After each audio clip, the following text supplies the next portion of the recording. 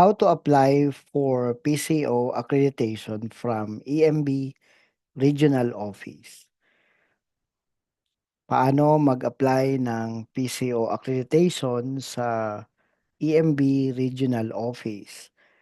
Gagamitin po natin ang online application system at pupunta tayo sa pco.emb.gov.ph at yan po ang online application system na nakikita natin sa screen.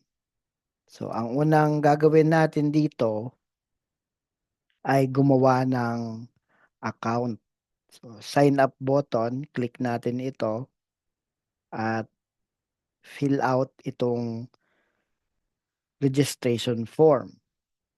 So, unang ilalagay natin dito ay personal email. Halimbawa, juan@gmail.com. Next is our desired password.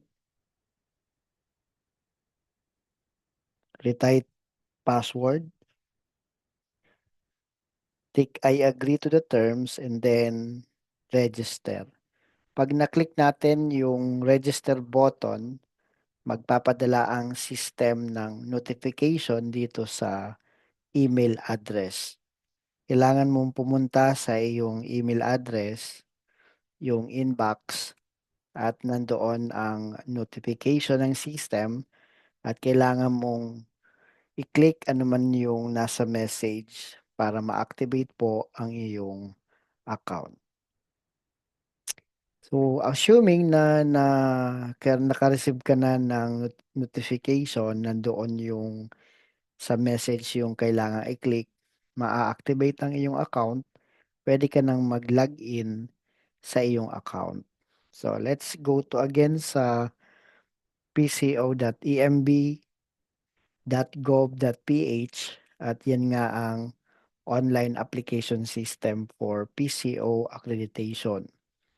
So, to log in, ilalagay natin ang ating email and password. So, email and password. Kapag nakapasok ka dito sa iyong account, ang una mong gagawin ay kukumplituhin mo ang iyong profile. So, click mo itong profile. Then, makikita mo ngayon itong profile control panel mo. Nandito yung mga personal profile or information na kailangan mong ibigay. So, unang-una, syempre, ang first name, then yung last name, middle initial, at kung meron kang extension, select lang lamang dito. Then dito, male or female, citizenship, Filipino, yung resident address, telephone number kung meron, ang email ay automatic na yan nag-a-appear dyan. Mobile phone number, and then dito, click yes if you are the managing head. Click no kung hindi naman. Tapos, lalagay ulit natin dito ang pangalan ng ating managing head. So, for example, Peter S. Pan. And of course, yung kanyang Certificate of Managing Head Training. And then, dito sa kaliwa, meron tayo ditong kailangang ilagay na picture na white ang background, 2x2. So, upload mo lang yung photo. 2x2 picture na white background. Then, dito naman yung electronic signature. I-upload mo lang yung signature natin. Kung meron kang white paper dyan, gumamit ka ng itim na ballpen or pentel pen, pirmahan mo ang white paper, picturean mo, yun ang i-upload mo dito. Sa photo, kung meron ka namang wall dyan na white ang color, pwede ka na lang diyang ano, picture, selfie, at ayusin mo lang, clear lang ang picture, ilagay mo dito, i-upload mo.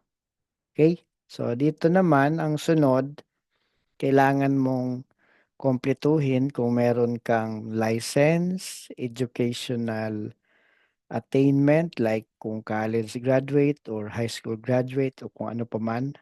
Then work experience at saka PCO trainings and seminars, and then other personal attachment.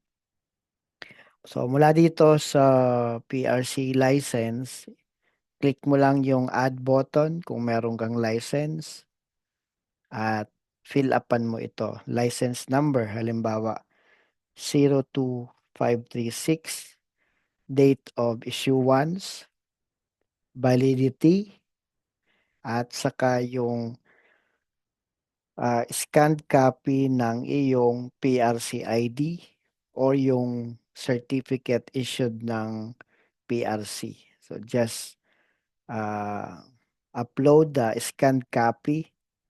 Kapag na-upload na, just click save at ma-encode yan dito sa iyong personal profile.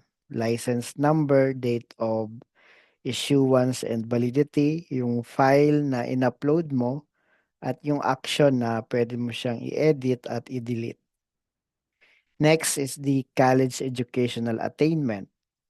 Kung college degree holder, click mo po ito. Then indicate mo dito ang iyong school. Halimbawa, partido, state, university. At ano yung course mo sa college. Halimbawa, PS, Sanitary, Engineering. So, ang degree mo or units earned, halimbawa, 45 units,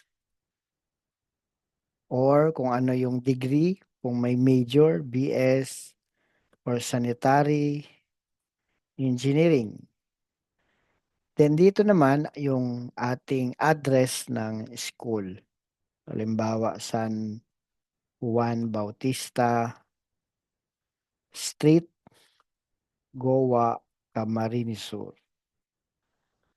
Then dito sa kanan yung date kung kailan ka nagsimula at kung kailan ka nakapagtapos. At dito kailangan mong i-select yung ah, attainment mo, graduated ba or not graduated dito.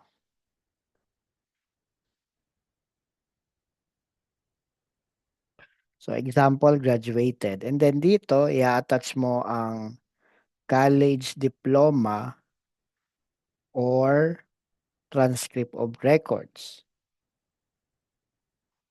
So mula dyan ay lilipat ka naman dito sa work experience. So click mo lang yung add button and then add mo lang yung mga company kung saan ka nagtrabaho. So pinaka recent na employer o kung ito ay iyong sariling negosyo. O anong company or name ng establishment. Halimbawa, ABC Company Inc. At dito, ang position mo ay industrial supervisor. Employment status, halimbawa, ikaw ay regular. And then dito, i-attach mo ang iyong certificate of employment galing sa company. And then just click save after mong makumpleto yung information kasama po yung date and yung kung yan ay to present. So kung ilang work experiences natin, i-add mo lang ng i-add. After mong mag-click ng save, add ka ulit ng bagong company kung multiple ang employers natin. So kung ilang experience na natin, work experience, yun ang ilagay natin dito. Basta i-attach ang Certificate of Employment. After that, PCO trainings and seminars naman. So click add, tapos lagay natin dito sa title Basic PCO Training Course, then sa number of hours 40. And then kung kailan nagsimula, halimbawa January 12, magtatapos ng January 16. So 5 araw. At dito yung scanned copy ng Certificate of PCO Training. So after that, dito ka na sa baba, yung ating other personal attachment. Pwede kang maglagay dito ng government ID. Just attach your scanned copy of your ID sa PCO, sa managing head. Pwede din, i-attach mo din dito ang iyong resume. So attach mo dito yung PDF. Pwede rin i-attach mo dito ang iyong copy ng ECC or CNC, Certificate of Non-Coverage or Environmental Compliance Certificate. Just add the file here, scan copy, PDF format. And then, always click save para nai-encode dito yung file name, yung file mismo na in-upload at kung gusto mong i-edit or i-delete. So, this is your profile na kailangan na makumpleto muna before you proceed with the application. So that dito ka ngayon pupunta naman sa application button. I-click mo ngayon ito, application button, and then click all. And makikita mo dito ang dalawang buttons na new application, then new application for cluster. So dito sa new application, ang ibig sabihin nito ay isang establishment, isang PCO. Ito naman, halimbawa, multiple establishment, say, 3, 5, 7, 10, tapos isang PCO, new application for cluster. So, kung ikaw ay handling a certain establishment dito, kung ikaw naman ay handling a multiple establishment called cluster, dito ka ngayon mag kiklik. So dito naman sa new application, individual ito. Pag click natin to, may tanong dyan na do you have existing certificate of accreditation? So sa lahat ng first time pa lang mag-apply ng accreditation, click no. Ngayon, kung ikaw ay na-accredit na before for 3 years at sa same company magiging PCO ka pa ulit, siyempre di ka naman nagre-resign, di ka naman pinapalitan. Ikaw pa rin ang PCO ng same company kung saan ka previously accredited. Yan. Do you have existing certificate of accreditation? If you select yes, magiging renewal ang type ng application. Ibig sabihin, after 3 years mo, nagre-renew ka ng accreditation mo. Kaya yes ka dyan. Kung lumipat ka ng ibang store, lumipat ka ng ibang company,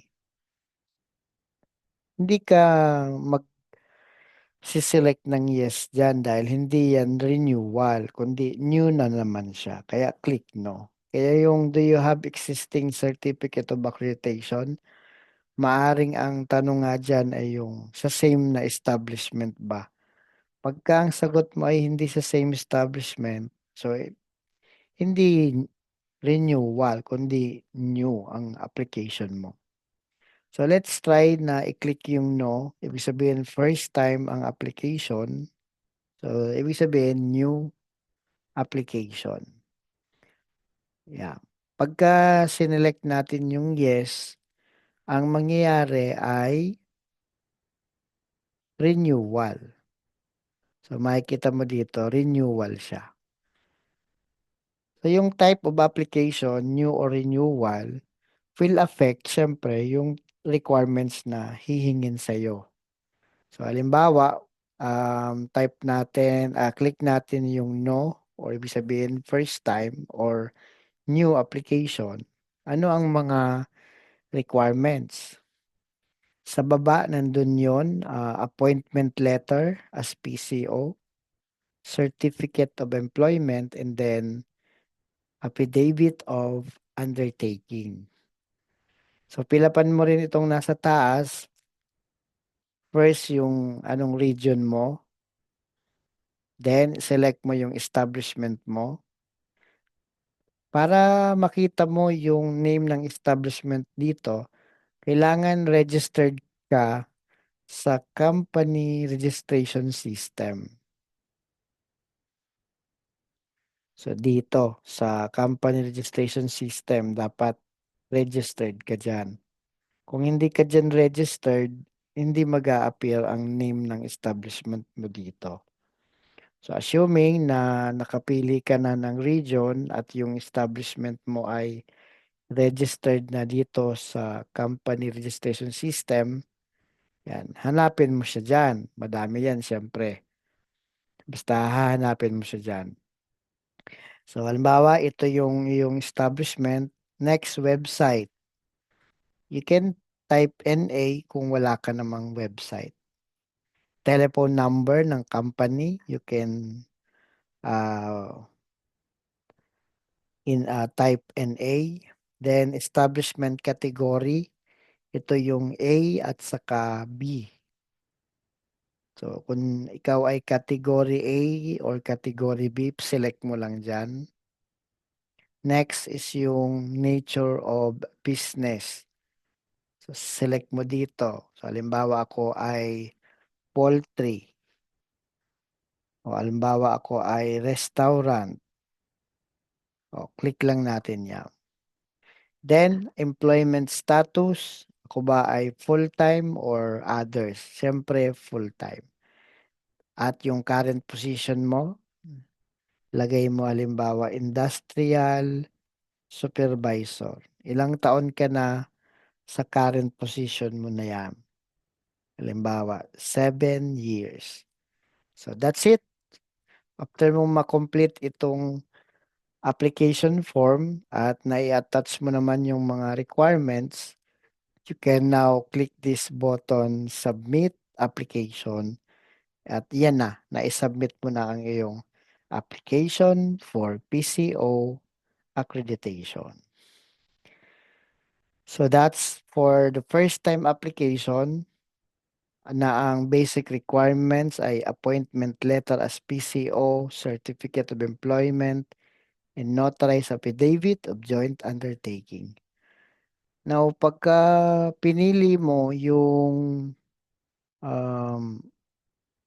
yes, ibig sabihin, sa tanong na do you have existing certificate of accreditation, if you select yes, magiging type of application ay renewal.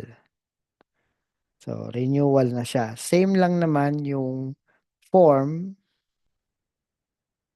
at yung requirements mo, nadagdagan lang ng certificate of accreditation, yung previously issued certificate of accreditation.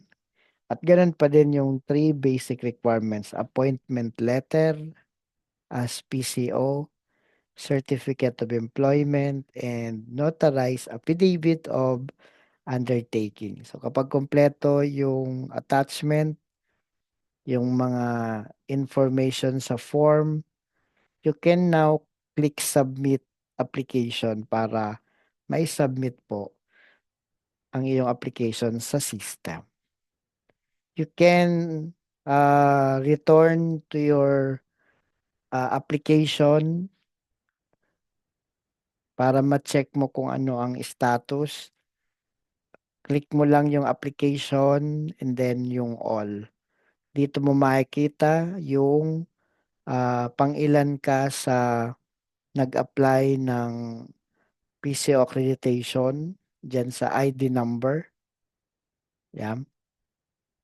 And then, halimbawa, ikaw ay pang 9,876 na. Yan yung ID number mo. Tapos dito sa application, yung pangalan mo bilang applicant, halimbawa Juan de la Cruz.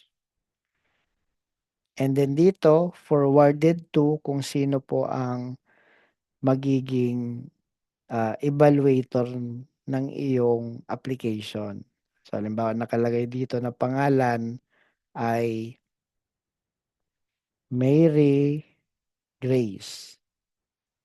Tapos dito sa update kung kailan ang date na nasimulan itong submission ng application. Halimbawa, January 13, 2026. At yung type naman ay kung ang type natin ay new o renewal. Tapos yung ating status ay iba-iba naman po ito, lalong-lalo kung simula pa lang ng ah, pag-apply, nagkakasimula pa lang, kakasubmit pa lang. So nakalagay dito sa status mo ay submitted. Kapag nakita na yan ng evaluator, may naka-assign ng evaluator, magiging na yang ongoing. Pagka nakita ng evaluator na may mga missing requirements, pwede nilang ibalik sa iyo yon. Kaya ongoing pa rin ang status pero nasa side mo na. After na ma-return mo ulit ang application kasi nagawa mo na yung pinapagawa, yung missing requirements, balik yan sa ongoing EMB. So once complete na yung requirements, ang status na yan ay magiging evaluated at pwede mo na ngayong bayaran kasi mai-issuean ka na ng order of payment. Sa order of payment, nandoon nakasulat kung magkano ang babayaran. But basically, ang babayaran mo ay 500 pesos. Babayaran mo sa Land Bank Linkbase portal. Online po. Now, once approved, nabayaran na, pwede na po yung i-upload yung electronic receipt of payment, yung copy ng electronic receipt of payment sa iyong account at pwede nang magkaroon ng status na recommending approval kung wala namang concern. And finally, meron ka ng approve by the director. Pwede mo na ngayong i-print ang iyong certificate of accreditation. Pwede mo nang i-print dyan mismo sa iyong account. Puntahan mo lang siyempre itong action button. Meron po diyang print button. Basta click mo lang yung action at makikita mo yung print button para ma-print mo ang iyong approved certificate of accreditation. So that's how we apply for PCO accreditation. I hope na natutunan nyo kung paano mag-apply ng PCO accreditation sa pco.emb.gov.ph.